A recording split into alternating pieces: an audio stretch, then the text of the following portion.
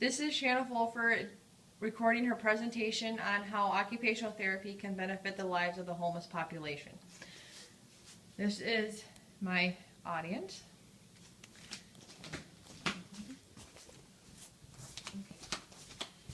As you all know, I am an occupational therapy assistant student at Fox Valley Technical College in Appleton.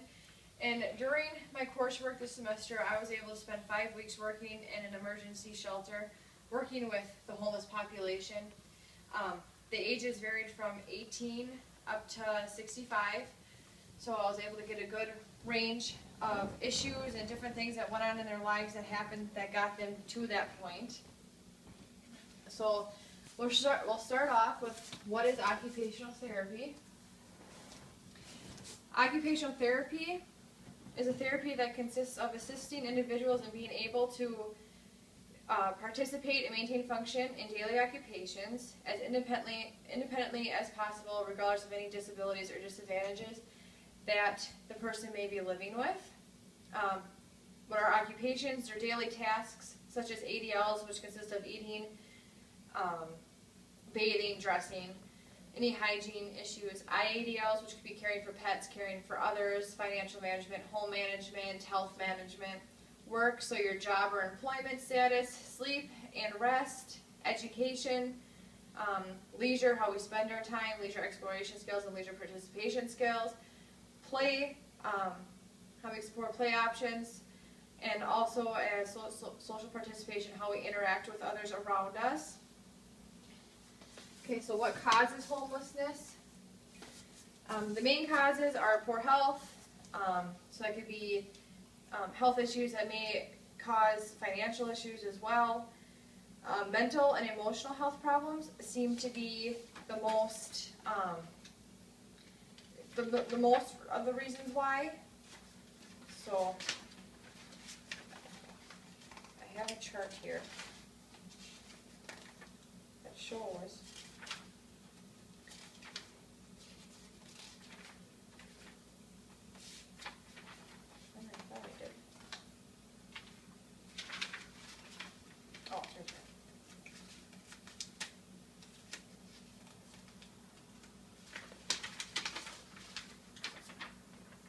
So I have a chart here, and this shows the majority of health issues that are reported by the homeless individuals.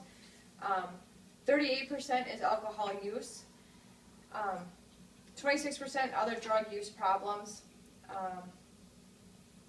39% is mental health problems, 48% acute health problems, and 66% substance abuse and mental health problems.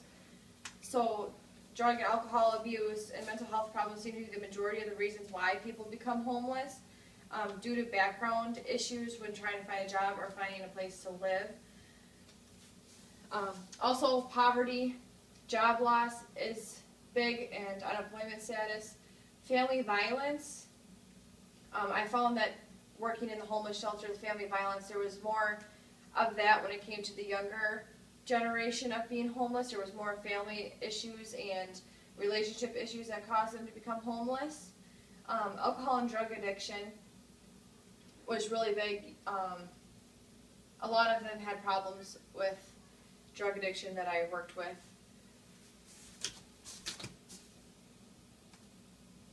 Okay. So what may a homeless individual need to become independent again? They usually need a vocational training, basic life skills such as coping skills, communication skills, education, and mental health services. So being able to cope with their mental illnesses and finding ways to deal with it and getting the appropriate medication to help balance out things that may be affecting them.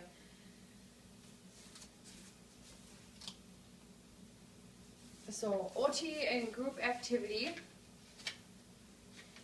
When I was there the 5 weeks, we were able to run 5 groups. Each consisted of a different kind of subject. So some of them were hygiene and communication skills and work skills and leisure activities, finding healthier leisure activities. So it is found that group skills are shown to be successful in intervention use. They're able to coordinate groups that focus on life skills, and they're beneficial because it doesn't make someone feel that they're being pinpointed. It doesn't make them feel that they're less than anybody. It puts them in a group setting where they don't feel that it is just them. It's everybody, and they're able to work together and learn from each other and each other's experiences. They're able to gain a sense of support from someone who might actually understand. They're also able to form friendships and bonds that may last a lifetime, which boosts self-esteem, which boosts meaning to their lives, which can come out into all kinds of positive outcomes. They come up with new ideas by listening to each other, and being able to model or feel as if you're a role model to others, and others that how they look up to you, can make them feel better self-esteem. It can make them feel more worthy, and also help with depression, and possibly it boosts the communication skills and the social skills because you're feeling more positive and confident. So what life skills can occupational therapy benefit? They said communication skills, so talking to one another, how to avoid conflict when communicating, reading verbal and nonverbal cues, body language is important. Hygiene, so being able to look presentable during an interview or on the job. Social skills, basically the same thing as communication skills, being able to socialize amongst a group of people or with one another in appropriate ways. Vocational training, so job training. Financial management, budgeting, what's a need and what's a want. Being able to discriminate against certain choices, like bad choices, and replacing them with good choices in order to help with financial management. Home management, maintaining a home, maintaining the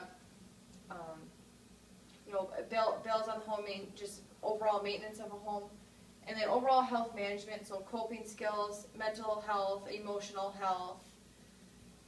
All those can benefit things, and all of these have to do with, can affect with the homeless population, and all of these things occupational therapy can work with and improve for those people. Okay. So the results of my research during this report was, it was gained from interviews from one of my instructors, and Jaden, who's an OTR, who was with us during those 5 weeks, and who's also done other things working in the homeless community and working in an emergency shelter in Chicago. I also was able to interview Christy Harrell and Chelsea Sternka, who were with me running the groups at the emergency shelter.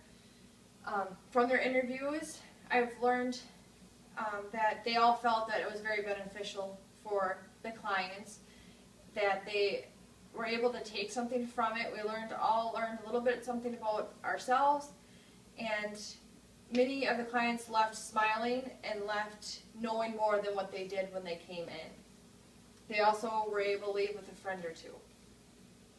Research articles, AJOT articles, and the New Zealand article of occupational therapy Journal of Occupational Therapy were also used, and website information.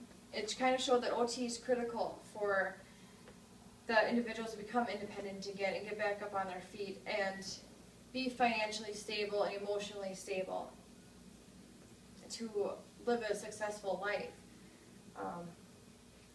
Home and health management, employment, financial management, emotional and regulation skills are all things that can be benefited by receiving occupational therapy. These people don't have the skills to manage that stuff on their own. Case managers are great. They manage different things with the jobs and scheduling interviews, but they're not giving them the necessary skills to make those interviews successful, and to give them the skills to lead on after what they have at their stay at the emergency shelter.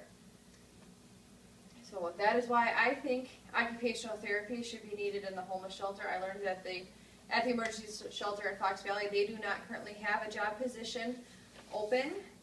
So some of the due to financial issues. They're not able to afford to pay an occupational therapy practitioner. So it's a nonprofit organization, and the emergency shelter partners with many area service providers in order to meet the needs of the individuals who use the shelter services. Donations are accepted, but looking online, it looks like occupational therapy can be funded through grants, state aid, and volunteering occupational therapy practitioners to instill a sense of worth into these people's lives again, for they have lost everything that they have had. So intervention guidelines. When I worked with these people, we were able to focus on social roles. So being, a lot of women had children who they no longer seen. So the social role of being a parent again, a social role of being a good husband or a good wife. Social roles of being a successful worker and a successful person giving back to the community. It focuses on participation and meaningful activity. It's not necessarily what we're telling them to do, it's what is meaningful to them. They're able to express what's meaningful. If their family's meaningful, we're able to work on interventions that bring in the role of family. In this kind of setting, a leader facilitates, unless you're working with a lower functioning group where more mental illness could be a part of that. Then it could be a directive leadership role.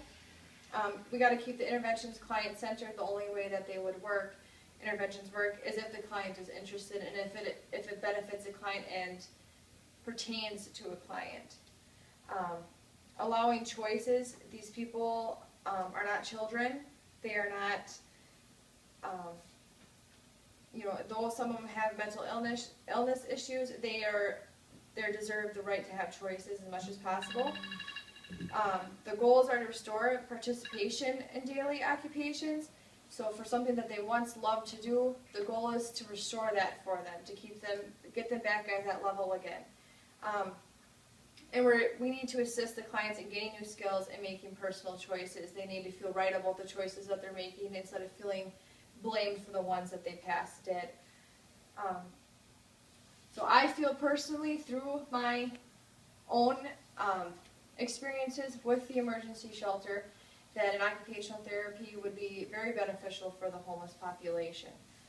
Are there any questions? No. Thank you all for coming and listening. Have a good day.